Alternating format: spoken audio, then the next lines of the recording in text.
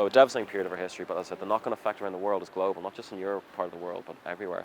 To give you a cool statistic, you've had 45 American presidents so far.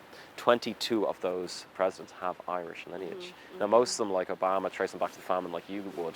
You can only imagine what America would be like if the famine had never taken place. How many of your ancestors were never born? You wouldn't be born, you know? Like, the world would be such a different place as well.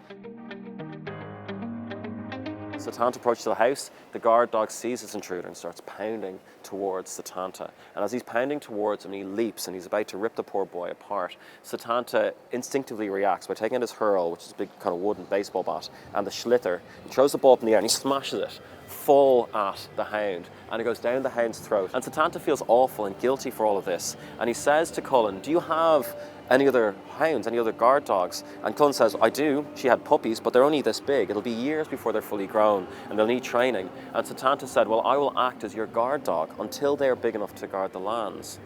And this is where Cuchulainn gets his name from, because in Irish, Cuchulainn translates as the Hound of Cullen, and that's where he gets his name.